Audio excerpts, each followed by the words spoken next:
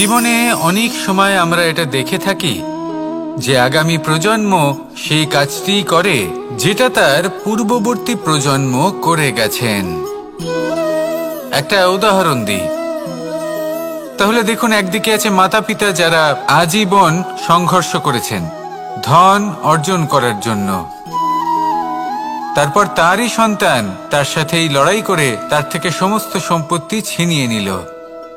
তারপরে যত সময় অতিবাহিত হয় সেই সন্তানের সাথেও সেই একই ক্রিয়া ঘটতে থাকে। তার সন্তান তার সমস্ত সম্পত্তি ছিনিয়ে নেয়। তাহলে এমন কি সঞ্চয় করবেন যা পরবর্তী প্রজন্মকে দিয়ে যেতে পারেন সেই বিষয়ে ভাবুন। ভেবে দেখুন, এই যে ধন সঞ্চয় আপনি করছেন এর আসলে লাভ কি?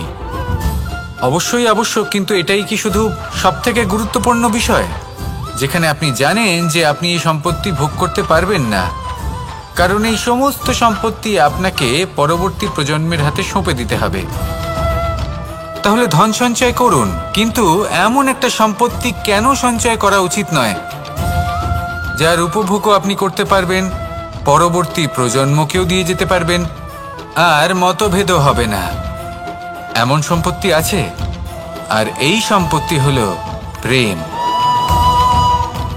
যদি আপনার মনে কোনো কিছু সঞ্চয় করার বাসনা জেগে ওঠে তাহলে প্রেম সঞ্চয় করুন। সেটা পরবর্তী প্রজন্মও পাবে এবং সেই প্রজন্ম ভবিষ্যতে ভালোবাসা ছড়াতে থাকবে। আর তখন এই মন সুপ্রসন্ন হয়ে বলবে, রাধা রাধা। মানুষ ভাবেন যে ধন অর্জন করা হলো অত্যন্ত গুরুত্বপূর্ণ। তিনি আজীবন ধন অর্জন করতে থাকেন, ধন অর্জন করার চেষ্টা করতে থাকেন।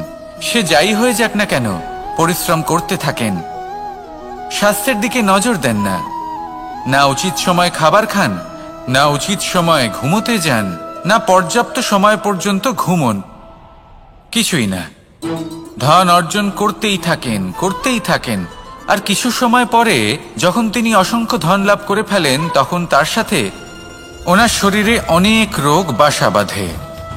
এইসব রোগের উপচার করতে করতে সেই সমস্ত ধন যা উনি অর্জন করেছেন তা তিনি ব্যয় করে ফেলেন। শেষ পর্যন্ত কি হয়? আমরা যেভাবে এসেছি ঠিক সেইভাবেই ফিরে যাই, ধন এখানেই থেকে যায়। দেখুন, একটা অত্যন্ত গুরুত্বপূর্ণ কথা রয়েছে যে আপনার বোঝা উচিত। এই যে ধন, তার ব্যবহার করুন জীবনকে আরো ভালো করে তোলার জন্য। ধনের সদ্ব্যবহার করা উচিত, এমন যেন না হয় এই ধন আপনাকে ভোগ করে ফেলে।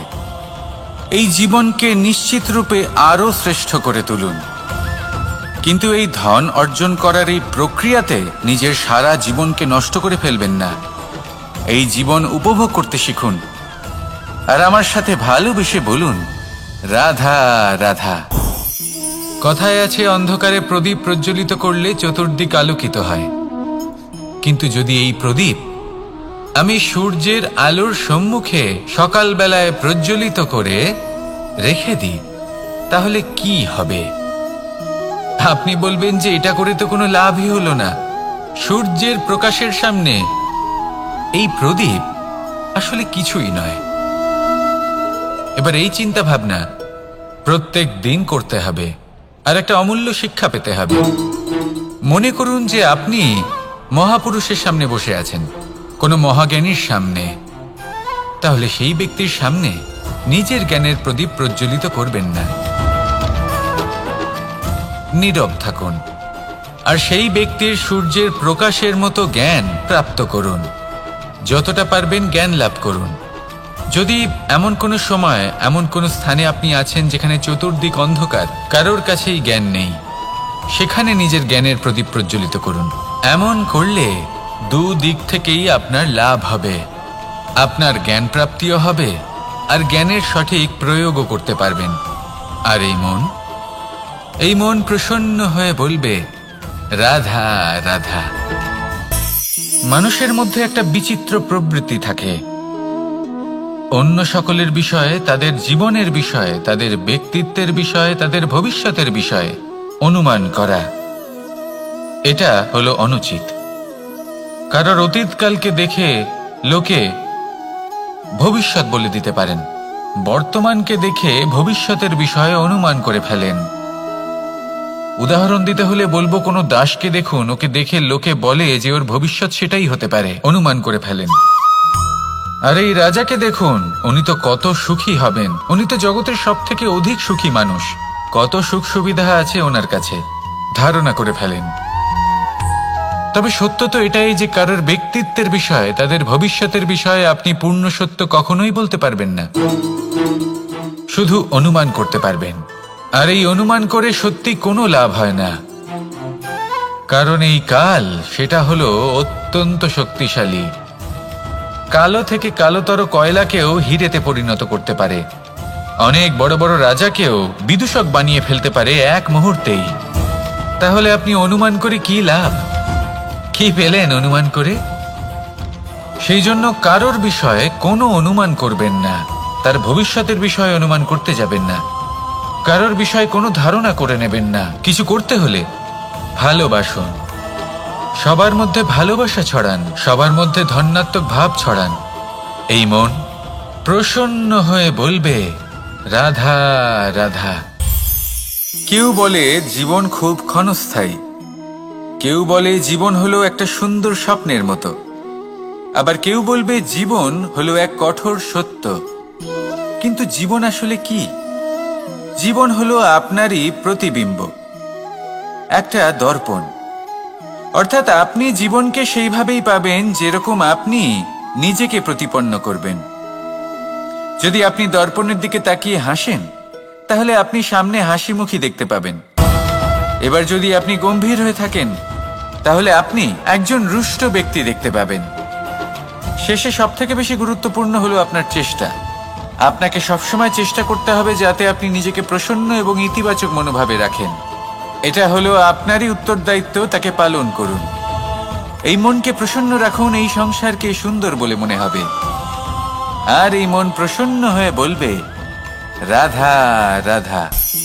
মানুষের একটি সমস্যা আছে যে মানুষ সাফল্যকে মাপতে থাকেন, লক্ষ্যপ্রাপ্তিকে মাপতে থাকেন এবং তার তুলনা করতে থাকেন যে ও এত কিছু পেল আর আমি পেলাম না,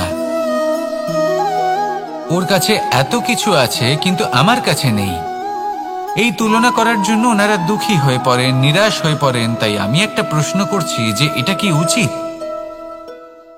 এই সংসারে আপনি কি নিয়ে তুলনা করবেন, যেখানে সূর্যদেব চন্দ্রমা দুজনেই আছেন, দুজনেই হলেন বিশেষ, দুজনেই নিজ নিজ সময়ে উদিত হন। এদের মধ্যে একজন না থাকলে তাহলে আমাদের জীবন কঠিন হয়ে পড়বে।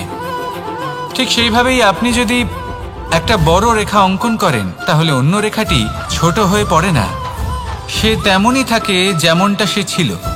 আপনার অস্তিত্ব কখনো ছোট বা বড় হতে পারে না, শুধু তুলনা করার জন্য আপনার এটা মনে হতে পারে। যদি আপনি যুদ্ধ করতে চান, আপনার তলোয়ারের প্রয়োজন পড়বে। যদি বস্ত্র তৈরি করতে চান, এত বড় তলোয়ার দিয়ে কিছুই হবে না, তখন প্রয়োজন পড়বে একটা ছোট্ট সূচের। তাই তুলনা করবেন না, না নিজেকে ছোট মনে করবেন, না অন্য কাউকে। সবার সাথে সহযোগিতা করুন, আর যদি তুলনা করতেই হয় নিজের সাথে করুন, যে কাল আমি কেমন ব্যক্তি ছিলাম, আজ কি তার থেকে শ্রেষ্ঠ হয়ে উঠতে পেরেছি। ভেবে দেখুন ভবিষ্যতে গিয়ে আপনি কতটা শ্রেষ্ঠ ব্যক্তি হতে পারেন। আসুন আমার সাথে ভালোবেসে বলুন রাধা রাধা। এই সংসারের সব থেকে গুরুত্বপূর্ণ তত্ত্ব কোনটা? প্রথম হলো সময়। জন্ম থেকে মৃত্যু পর্যন্ত এই যে সময়, এটাই তো হলো জীবন। দ্বিতীয় হলো জীবন, যাতে আমরা সময়ের সদ্ব্যবহার করি, শ্রেষ্ঠ থেকে শ্রেষ্ঠতর কাজ করার চেষ্টা করি। বহু বছরের এই পরম্পরা, এই সংস্কৃতিকে এগিয়ে নিয়ে যাওয়ার চেষ্টা করি। এই সংসারে আমরা অংশগ্রহণ করতে চেষ্টা করি। তৃতীয় হলো ধন, সেই ধন যা প্রত্যেক ব্যক্তি অর্জন করতে চেষ্টা করেন।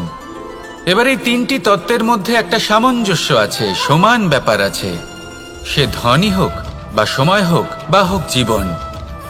আর সেই সমান ব্যাপার হলো যে যদি আপনি এটা গণনা করতে থাকেন, তাহলে তা কমতে থাকে।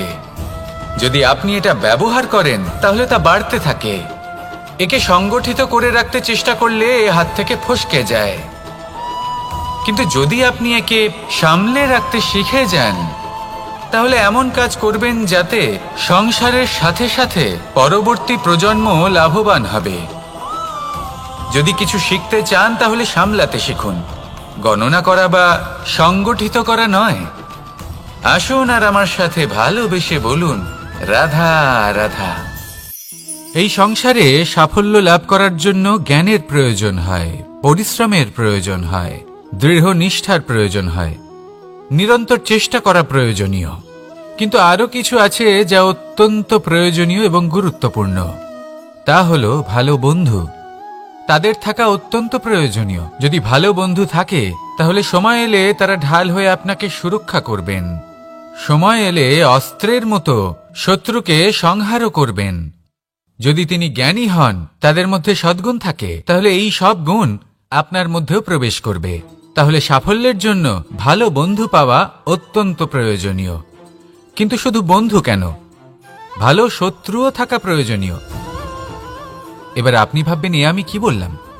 যদি আপনার জীবনেও ভালো অর্থাৎ শক্তিশালী শত্রু থাকে, তাহলে আপনিও শক্তিশালী হতে থাকবেন।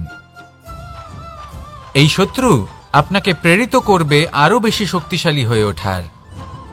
কখনো কোনো হরিণকে দেখুন, তীব্র গতিতে দৌড়তে থাকে। কেন তীব্র গতিতে দৌড়য়? এই কারণে নয় যে কোথাও তার জন্য মধুর ঘাস অপেক্ষা করে রয়েছে, না। সে এই কারণে তীব্র গতিতে দৌড়য় কারণ সেটা না করলে তার পেছনে একটি সিংহ আছে যে ওকে নিজের ভোজন করে ফেলবে। তাই জীবনে বিপদ, সংকট, এই সবকিছুও হলো অত্যন্ত গুরুত্বপূর্ণ। তার সম্মুখীন হতে শিখুন আর আমার সাথে ভালোবেসে বলুন, রাধা রাধা। পুরুষার্থ। শাস্ত্রে 4 ধরনের পুরুষার্থের কথা বলা হয়েছে। প্রথম হলো ধর্ম। আপনি কি জানেন এই ধর্ম আসলে কি? আপনার কি মনে হয় ধর্ম আসলে কি? কোনো বিশেষ ঈশ্বরকে মানাই কি ধর্ম বলা হয়? নাকি কোনো বিশেষ রীতি পালন করাই হলো ধর্ম? নাকি কোনো বিশেষ সাহিত্যকে সর্বশ্রেষ্ঠ মনে করাই হলো ধর্ম? না, ধর্ম হলো সেটা যাকে ধারণ করা যেতে পারে। আর ধারণ শুধু সেটাই করা যায় যা পবিত্র। পবিত্র শুধু তাকেই বলা হয় যা নিঃস্বার্থ, যার মধ্যে শাসন করার কোনো ইচ্ছে নেই, যা সরলভাবেই প্রবাহমান, জল এবং বায়ুর মতো। যখন কোনো ব্যক্তি ধর্মকে ধারণ করেন এবং সেই ধর্ম সেই ব্যক্তিকে রক্ষা করে, তখন তাকে ধর্ম বলা হয়। ধর্ম যা রক্ষা করে অহংকার থেকে, খারাপ চিন্তার হাত থেকে। সেই জন্য পুরুষার্থ গড়ে তোলার আগে, ধর্ম পালন করার আগে ধর্মের প্রকৃত অর্থ কি সেটা বুঝে নিন। এটা জেনে রাখুন যে সমস্ত ধর্মের আধার, সমস্ত ধর্মের ভিত শুধুমাত্র ভালোবাসা। আসুন আর এই ভালোবাসার সাথেই বলুন, রাধা রাধা। কখনো কোনো বাগানের কোনো বৃক্ষকে দেখেছেন যেখানে সুগন্ধি ফুল থাকে, রসালো ফল থাকে? তখন মন প্রফুল্ল হয়ে ওঠে, মন থেকে সেই বৃক্ষের প্রতি ভালোবাসা জন্মায়।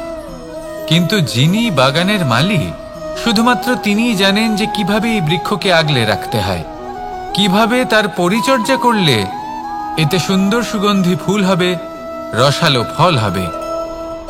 কখনো কখনো প্রয়োজনের থেকে বেশি রোদ পেলে এই বৃক্ষগুলি শুকিয়ে যায়। প্রয়োজনের থেকে কম রোদ পেলেও এই বৃক্ষ কিন্তু শুকিয়ে যায়। প্রয়োজনের থেকে কম জল যদি পায়, এই বৃক্ষ শুকিয়ে যেতে পারে। প্রয়োজনের থেকে অতিরিক্ত জল যদি পায়, তখনও এই বৃক্ষের শিকড়গুলি নষ্ট হয়ে যেতে পারে। এবার এটাই কিন্তু আমাদের সংসারের সাথেও হয়। আমাদের সংসারের সকল প্রতিভাশালী ব্যক্তি, যেমন লেখক, বিচারক, প্রবক্তা, যোদ্ধা, এদের সবার ক্ষেত্রে এই কথাটাই প্রযোজ্য। যদি বেশি প্রশংসা করা হয় তাহলেও এরা হারিয়ে যাবেন। প্রয়োজনের থেকে বেশি যদি নিন্দা করা হয়, তখনও তারা নত হয়ে পড়বেন। তাহলে আপনি এদের রক্ষা করুন এবং নিজেদেরও। মনে রাখবেন একটা কথা, জেনে রাখুন কখন কোন নিন্দায় আপনি লজ্জিত হবেন না, আর কখন কোন প্রশংসার দ্বারা নিজের মধ্যে অহংবোধ জাগ্রত করবেন না। এই মন সুপ্রসন্ন হয়ে বলবে, রাধা রাধা। এই সাগর কত বিশাল আকার, কখনো শান্ত কখনো উত্তাল,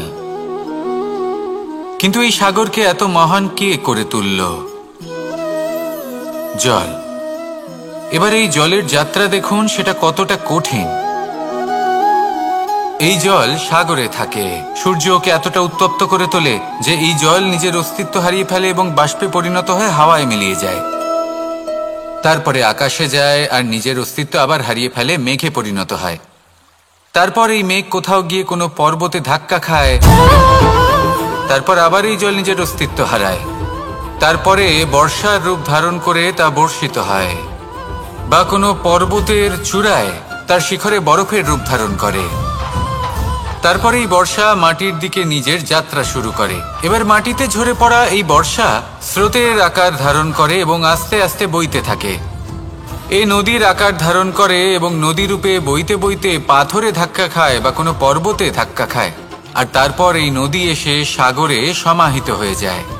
নদীর এই জল আবারও নিজের অস্তিত্ব হারিয়ে ফেলে, কিন্তু এইবার সেই জল নিজেই সাগরে পরিণত হয়। এটা আমাদের সকলের জন্য একটা শিক্ষা যে এই সংসারে জীবন এবং সময়ের হলো এক অনন্ত যাত্রা। এই সংসারে যা কিছু আছে তার সূত্রপাত কোথাও একটা হবেই। সেই জন্য মৃত্যু এবং সমাপ্তির চিন্তা ত্যাগ করে দিন, আর যে সূত্রপাত আপনি লাভ করছেন তার আনন্দ উপভোগ করুন। ভেবে দেখুন আপনি কিভাবে শ্রেষ্ঠ কর্ম করতে পারেন যাতে এই সংসার এবং এই সমাজ এই দুইয়ের মঙ্গল সম্ভব। আসুন আমার সাথে ভালোবেসে বলুন, রাধা রাধা। একটি নৌকা বিশাল একটি সাগরে ভেসে চলে, কখনো যাত্রীদের বা কখনো বিশাল বস্তুকে নিজের সাথে বহন করে নিয়ে চলে, এক স্থান থেকে অন্য স্থানে পৌঁছে দেয়। এই নৌকা কখনো সাগরে আটকে পড়ে বা কখনো ডুবে যেতেও পারে, কিন্তু এই নৌকা তখন ডুবে যায় না যখন এর আশেপাশে অধিক মাত্রায় জল থাকে। এটা তখন ডুবে যায় যখন ও নিজের আশেপাশের থাকা জলকে নিজের ভেতরে প্রবেশ করতে দেয়। যখন আস্তে আস্তে এই জল প্রবেশ করতে থাকে, নৌকা ভারী হতে থাকে আর আস্তে আস্তে ডুবে যায়। এটা আমাদের কাছে একটা শিক্ষা। হতেই পারে আমাদের এই সংসারে, আমাদের জীবনে আশেপাশে অনেক বেশি মাত্রায় নেতিবাচক শক্তি থাকবে, ঈর্ষা থাকবে, বিদ্বেষ, ঘৃণা বা ভয় থাকবে, কিন্তু মনের এই নৌকা শুধু তখনই ডুববে যখন আপনি এই নেতিবাচক শক্তিকে নিজের ভেতরে প্রবেশ করতে দেবেন। মনে রাখবেন, এই নেতিবাচক শক্তিকে কখনো নিজের মনে প্রবেশ করতে দেবেন না। প্রবেশ করলেও তাহলে যেন সে সেখানে কোনো স্থান না পায়।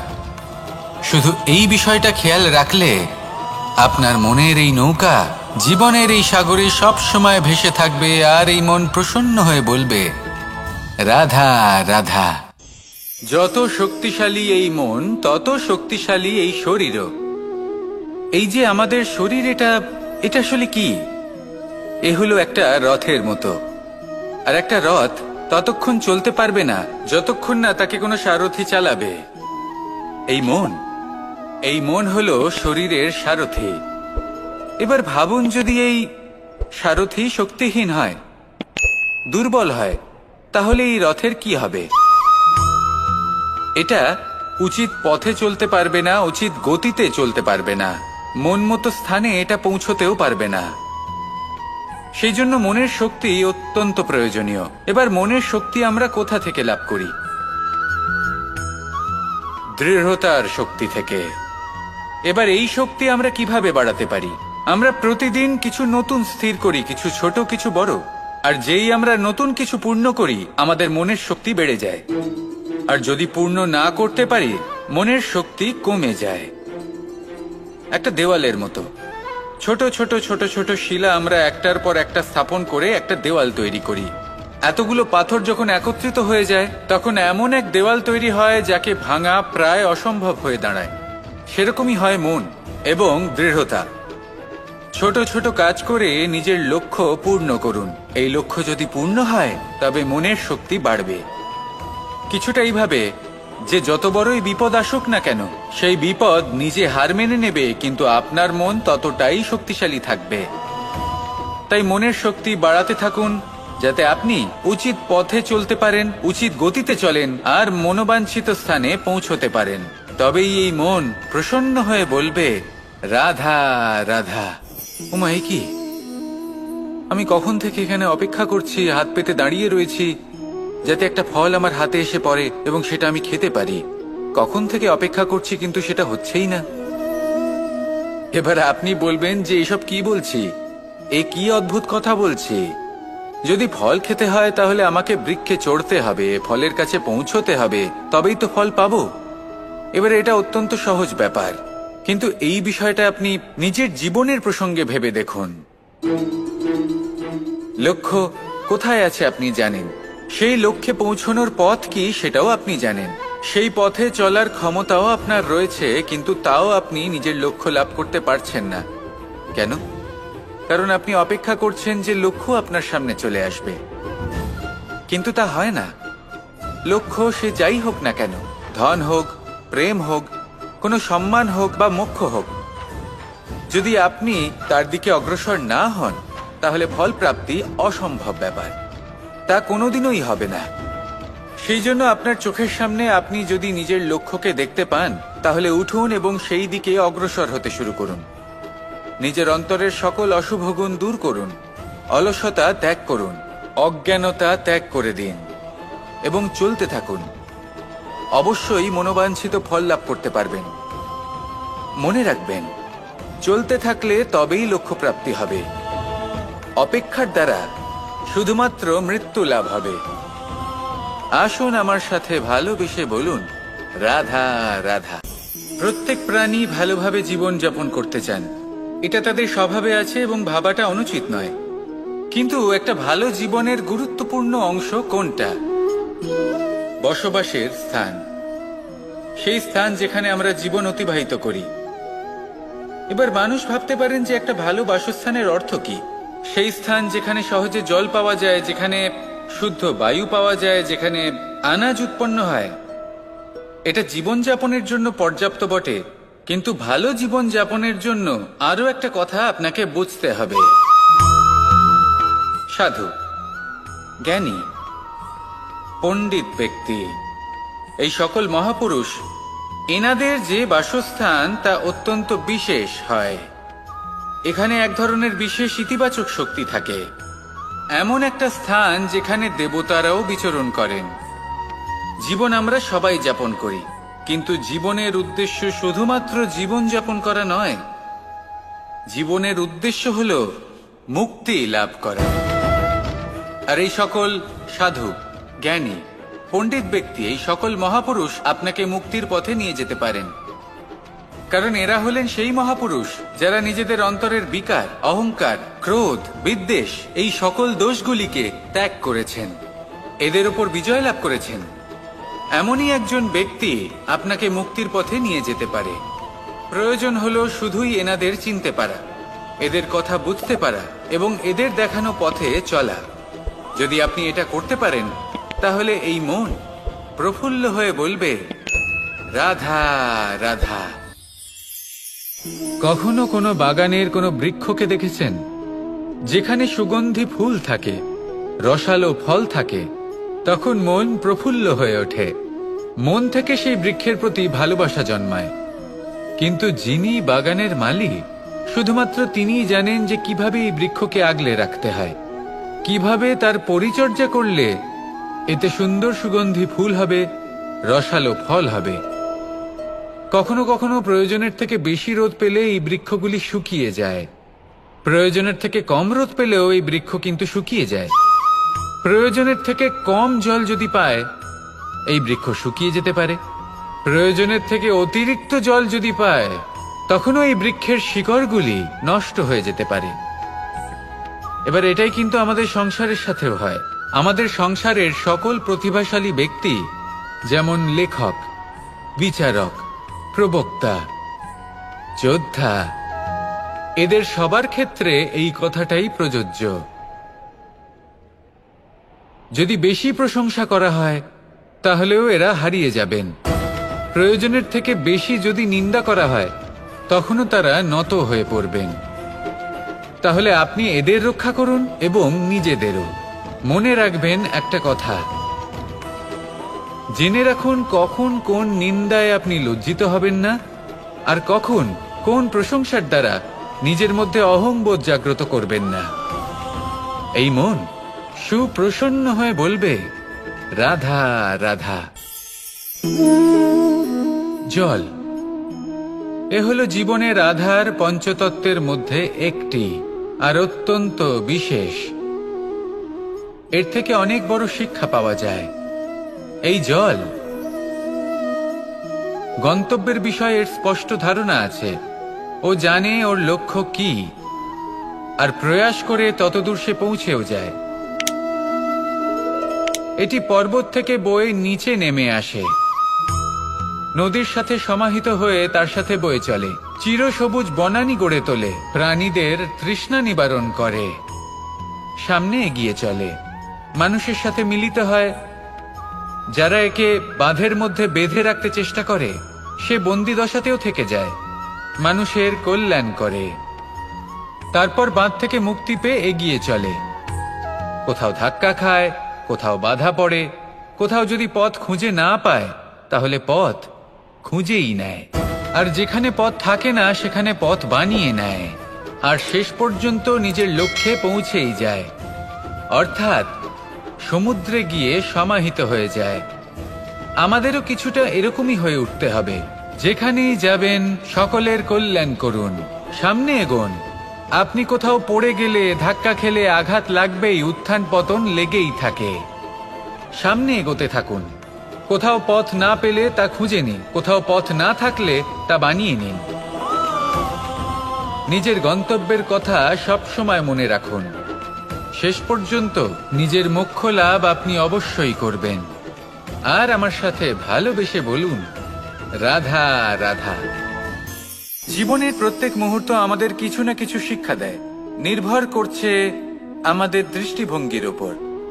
যেমন নদী হলো আমার অত্যন্ত প্রিয়, নদীতে ভ্রমণ করতে আমার খুব ভালো লাগে। কি বলেন? নদীতে সবসময় নতুন কিছু থাকে, ও পুরনো কিছুই নিয়ে বসে থাকে না, সব সময় প্রবাহমান, কখনো থামে না। ততক্ষণ থামে না যতক্ষণ না সাগরে গিয়ে সমাহিত হচ্ছে। ঠিক এইভাবেই আমাদেরও উচিত নিজের জীবন অতিবাহিত করা, নদীর মতো। প্রত্যেক মুহূর্ত নতুন, তাই সেইভাবেই জীবন যাপন করুন। পুরনো কিছুই একত্রিত করে রাখবেন না, বিগত স্মৃতির মাঝে নিজেকে হারিয়ে ফেলবেন না। এই যে বর্তমান, এই যে মুহূর্ত, সেটাই হলো সর্বশ্রেষ্ঠ। এর মাঝেই জীবন যাপন করুন, নদীর মতো প্রবাহমান হতে শিখুন। আপনি শিখে গেলে তাহলে মনে রাখবেন, আমার আপনার মাঝে বিচরণ করতে বড়ই ভালো লাগবে। যে ব্যক্তি আনন্দের সাথে জীবনের প্রত্যেকটা মুহূর্ত অতিবাহিত করে কোনো চিন্তা ছাড়াই, প্রবাহমান হয়, কখনোই থামে না, যতক্ষণ না মুক্তি লাভ করছেন, এমন ব্যক্তির মধ্যেই রাধাকৃষ্ণ বসবাস করেন। তাহলে আসুন আমার সাথে ভালোবেসে বলুন, রাধা রাধা। সূর্যের প্রকাশ, অন্ধকারকে দূর করে দেওয়া সেই মহানায়ক। এই সূর্যের প্রকাশ যখন পৃথিবীতে এসে পৌঁছয় কি হয়?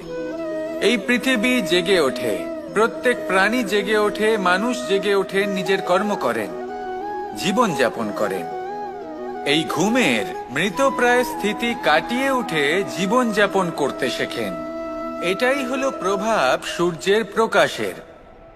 এবার এই প্রকাশ যে সূর্যের থেকে পাই, তিনি কি করেন? তিনি নিজেকে জ্বালান আমাদের জীবন প্রদান করার জন্য। প্রত্যেকটা মুহূর্ত তিনি তাপ সহ্য করেন, আমরা যাতে সেই প্রকাশ লাভ করি। এটাই হলো জীবনের সারমর্ম। যদি আপনিও এই সংসারে প্রকাশ ছড়িয়ে দিতে চান, তাহলে আপনাকেও তপ্ত হতে হবে, নিজে জ্বলতে হবে, সেই কর্ম করতে হবে যেটা কঠিন হতে পারে কিন্তু আসলে শ্রেষ্ঠ। তবেই এই সংসারের সেবা করতে পারবেন, সংসারকে পথ দেখাতে পারবেন। নিজের অন্তরের প্রকাশ জাগ্রত করুন, তবেই সেই সকল ব্যক্তি যারা পাপের অন্ধকারে নিমজ্জিত হয়ে আছেন তারা জাগ্রত হবেন। সেই সকল ব্যক্তিকে জাগিয়ে তুলুন, প্রেরিত করে তুলুন সুখী হওয়ার জন্য যারা সুখী হতে পারছেন না। সেই সকলকে প্রেরিত করুন সাফল্য লাভের যারা সফল হতে পারছেন না। নিজের অন্তরের সূর্যকে জাগ্রত করুন, চারিদিকে শুধু প্রকাশই প্রকাশ হবে, জীবনই জীবন থাকবে, আনন্দই আনন্দ থাকবে, আর এই মন বারবার প্রসন্ন চিত্তে বলে উঠবে, রাধা রাধা। আজ আমরা দুই ধরনের ব্যক্তির বিষয়ে কথা বলবো। প্রথম জন হলেন যে প্রয়োজনের থেকে অনেক বেশি পরিমাণ ধন উপার্জন করে থাকেন। তার কাছে ততটা ধন থাকে যতটা তার প্রয়োজনও নেই, তারপরেও আরো ধন উপার্জন করতে চেষ্টা করতে থাকেন। সকল সম্ভব চেষ্টা করেন, সকল সম্ভব কর্ম করেন, তা সে উচিত কর্ম হোক বা অনুচিত, তাতে তাদের কিছুই যায় আসে না। তারা শুধুই এই সংসারের সকল সুখ ভোগ করতে চান, সকল স্বাচ্ছন্দ্য লাভ করতে চান। আজীবন তারা প্রচেষ্টাই করতে থাকেন। এবার এই করতে গিয়ে তারা ভারাক্রান্ত হয়ে সমস্যার সম্মুখীন হন। এনাদের সমগ্র জীবন এই চেষ্টাতেই চলে যায়, জীবন যাপন করার বদলে। অন্যদিকে আরেকজন ব্যক্তি যিনি জানেন তার প্রয়োজন কতটুকু, আর শুধুমাত্র সেই পরিমাণ ধন অর্জন করেন, তার থেকে বেশি একটুও নয়। উনি যদি দুবেলা খেতে পান, মাথা গোজার ঠাঁই পেয়ে যান, সেটাই পর্যাপ্ত। তাতেই তিনি আনন্দে জীবন যাপন করেন, না কোনো বৃথা চিন্তা করেন, না কোনো বৃথা কষ্ট করেন। এবার আমি আপনাদের জিজ্ঞেস করব, এই দুই ব্যক্তির মধ্যে আপনি কোন ব্যক্তি হতে চাইবেন? বেশিরভাগ মানুষ এটাই বলবেন যে আমরা সেই দ্বিতীয় মানুষ হতে চাই যারা সন্তুষ্ট। কিন্তু যদি মন দিয়ে দেখেন, আপনিও সেই কর্মই করছেন যা প্রথম ব্যক্তি করেন। আপনারা সবসময় চেষ্টা করে চলেছেন, এটাও লাভ করতে হবে, ওটাও লাভ করতে হবে, আমার এটারও প্রয়োজন, ওটারও প্রয়োজন। আপনি অনেক কিছু লাভ করেছেন, কিন্তু প্রশ্ন এটাই যে আপনার কি সেই সবকিছুর প্রয়োজন রয়েছে? এর উত্তর আপনার অন্তর মনে রয়েছে। আপনার মন জানে যে আপনার প্রয়োজন কতটুকু, সেখানে গিয়ে দেখুন। সন্তুষ্টি মানুষকে আনন্দ দেয়। মানুষ যতটা সন্তুষ্ট হবে ততটাই সে আনন্দ লাভ করবে। এবার আপনাকে এই সিদ্ধান্ত নিতে হবে যে আপনি কখন আর কোথায় সন্তুষ্টি লাভ করবেন, কত কিছু লাভ করার পরে সন্তুষ্ট হবেন। এই উত্তর আপনি মন থেকে পাবেন। এই সমাজের চাহিদায় জড়িয়ে নিজেকে বিভ্রান্ত করবেন না। নিজের অন্তরের এই মিথ্যে অহংবোধকে প্রশ্রয় দিতে গিয়ে যদি আপনি এরকম প্রয়াস করতে থাকেন, তাহলে জীবনযাপন কখন করবেন? থেমে যান, শান্ত হয়ে যান, নিজের অন্তর মনে নিমজ্জিত হয়ে দেখুন যে সন্তুষ্টি কোথায়। এই সন্তুষ্টি লাভ করুন। এই মন প্রসন্ন হয়ে বলবে, রাধা রাধা। ক্ষমা একটা অত্যন্ত সুন্দর শব্দ, আমার খুব প্রিয় শব্দ, কিন্তু এই ক্ষমা কখন আর কিভাবে প্রয়োগ করতে হবে সেটা বোঝা প্রয়োজনীয়। এক, যদি আপনি কোনো অন্যায় করেন আর ক্ষমা না চান, ক্ষমা প্রার্থনা না করেন, ক্ষমা চাওয়া থেকে এড়িয়ে যান, তাহলে তাতে আপনারই ক্ষতি হবে। কিভাবে? ক্ষমা না চাইলে মনের মধ্যে অহংকার জাগ্রত হয়, আর অহংকার তো প্রকৃত অর্থে আমাদের ক্ষতিই করে। দুই, কেউ যদি অপরাধ করেন, আপনার থেকে ক্ষমা না চান, তাহলে তাকে ক্ষমা করবেন না। ক্ষমা হলো অত্যন্ত অমূল্য, আর না চাইতেই কাউকে ক্ষমা দান করা এটা উচিত নয়। তিন, যদি কেউ আপনার সাথে অনুচিত কিছু করেন, অপরাধ করেন, আর আপনার থেকে ক্ষমা চান, তাহলে তাকে ক্ষমা করে দিন। তাতে আপনার অন্তরের করুণাবোধ জাগ্রত হবে, প্রেম জাগ্রত হবে, আর তা আপনার জন্য শুভ হবে। চার, যদি আপনি নিজে কোনো অপরাধ করেন, তাহলে অবশ্যই ক্ষমা চাইবেন, তাতে আপনারই লাভ হবে। কিভাবে? সামনের ব্যক্তি আপনাকে ক্ষমা করুক বা না করুক, আপনার অন্তরের অহংকার ক্ষীণ হবে, আর এই মন আরো নির্মল হয়ে উঠবে। এই ক্ষমা অত্যন্ত অমূল্য, ভেবেচিন্তে একে ব্যবহার করুন আর আমার সাথে ভালোবেসে বলুন, রাধা রাধা।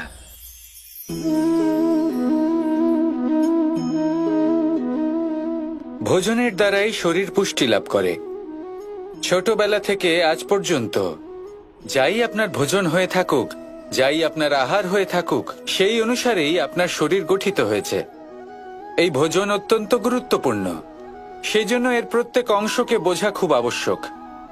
প্রথম অংশ, যে আমরা কি গ্রহণ করছি, এই ভোজন কোন স্থান থেকে আসছে সেটা বুঝুন। দ্বিতীয় অংশ, ভোজন কে বানাচ্ছেন। এই ভোজন সর্বশ্রেষ্ঠ তখনই হয় যখন মাতার হাতে তৈরি করা ভোজন হয়। কিন্তু যদি মাতার তৈরি করা ভোজন আপনি প্রাপ্ত নাও করতে পারেন, তাহলে সেই ব্যক্তির ভোজন তৈরি করা উচিত যিনি সাত্ত্বিক। তৃতীয় অংশ, কোন স্থানে আপনি ভোজন গ্রহণ করছেন। যে স্থানে আপনি ভোজন গ্রহণ করছেন তা সাত্ত্বিক হওয়া উচিত। তাহলে অত্যন্ত গুরুত্বপূর্ণ। এবং চতুর্থ সবথেকে গুরুত্বপূর্ণ অংশ, তা হলো এই ভোজন আপনি যার দ্বারা প্রাপ্ত করেছেন, যেখান থেকে প্রাপ্ত করেছেন, যে স্থানে বসে আপনি ভোজন গ্রহণ করছেন তার প্রতি কৃতজ্ঞতা প্রকাশ করুন এবং ভোজন পূর্ণরূপে সমাপ্ত করুন। তবেই এই ভোজন আপনাকে সুখী জীবন দান করবে, সুস্থ শরীর দেবে, আর এই মন তা সুপ্রসন্ন হয়ে বলবে, রাধা রাধা। আমি এখানে একা এই বনে বসে আছি, বাঁশি বাজাচ্ছি। কার জন্য? কে আছেন এখানে? কেউ নেই। আমার প্রজা, আমার রাজ্য, আমার পরিবার আমার থেকে অনেক দূরে আছেন। আমি এখানে একা এই বনে বসে এই আকাশের এই রঙের, গাছের এই সব ফলের, মাটির সুবাসের আনন্দ উপভোগ করছি। কেন? আমি হলাম দ্বারকাধীশ। এমন কি রাজকীয় বা ভৌতিক সুখ রয়েছে যে আমি ওখানে পেতে পারি না? সবকিছুই পেতে পারি, তাও এখানে বনে একা বসে আছি। কোন সুখ খুঁজে চলেছি? একা থাকার সুখ। আমরা প্রত্যেকদিন অনেক মানুষের সাথে, চিন্তাধারার সাথে, কর্মের সাথে, পরিস্থিতির সাথে, সুখ দুঃখের দ্বারা বেষ্টিত থাকি। জীবনের এই চক্রে আমরা জড়িয়ে পড়তে থাকি। যতই আমরা এই সমস্যার সমাধান করি, আমরা ততই এতে জড়িয়ে পড়ি। আমরা এতটাই জড়িয়ে পড়ি যে যখন আমরা আয়নায় নিজেদের দেখি, তখন আমরা নিজেদের চিনতেই পারি না। এমন মনে হয় যেন আমরা নিজেদের হারিয়ে ফেলেছি। সেই জন্য প্রত্যেক দিন আপনি কিছু সময় নিজের সাথে কাটান একান্তে। এটা অত্যন্ত আবশ্যক। নিজের অস্তিত্বের গভীরে গিয়ে দেখতে শিখুন, নিজেকে বুঝুন। অদ্ভুত শান্তির অনুভূতি হবে। যেমন এই বায়ু, এই বৃক্ষ, এই পুষ্প, এই নিসর্গ, এদের মতো আপনিও কখনো একলা হতে শিখুন। কখনো নিসর্গের একটা অংশ হয়ে দেখুন। এই মন প্রসন্ন হয়ে বলবে, রাধা রাধা। বাহ, পুষ্পের সুবাস আমার খুব ভালো লাগে। অত্যন্ত সুন্দর হয় এই পুষ্প। এইভাবে চারিদিকে পুষ্প দেখে মন আনন্দিত হয়ে ওঠে। এবার আপনারা ভেবে দেখুন, আমার চারিদিকে পুষ্প নয়, আগুন আছে। তাহলে কি হবে? আমার শরীর কি জ্বলে যাবে না? অবশ্যই জ্বলবে। শরীরকে কি আগুনের তাপ সহ্য করতে হবে না? অবশ্যই সহ্য করতে হবে। এটাই হলো প্রকৃতির নিয়ম। এই নিয়ম কিন্তু আমরা সবাই জানি, কিন্তু আমাদের মধ্যে বেশিরভাগ মানুষ এই বিভ্রান্তি নিয়ে বাঁচি যে এই যে প্রকৃতির নিয়ম, তা আমার ওপর প্রযোজ্য নয়। তা কিন্তু নয়। আমাদের চতুর্দিকে এই যে নিসর্গ রয়েছে, আমরা তার কতটা ক্ষতি করি সেটা একবার ভেবে দেখুন। আমরা বনাঞ্চল জ্বালিয়ে দিই, বায়ু দূষিত করি, জল দূষিত করি, প্রাণীদের হত্যা আমরা করি। কেন? এই নিসর্গ আমরা নষ্ট করি, যদিও আমরা জানি যে আমরাও হলাম এই নিসর্গেরই অংশ। এবার দেখুন, শরীরের কোনো অংশে যদি আগুন ধরান, আস্তে আস্তে সমস্ত শরীরও জ্বলে যাবে। সেইভাবেই নিসর্গ যদি নষ্ট হয়ে যায় তাহলে মনুষ্য জাতিও নষ্ট হয়ে যাবে।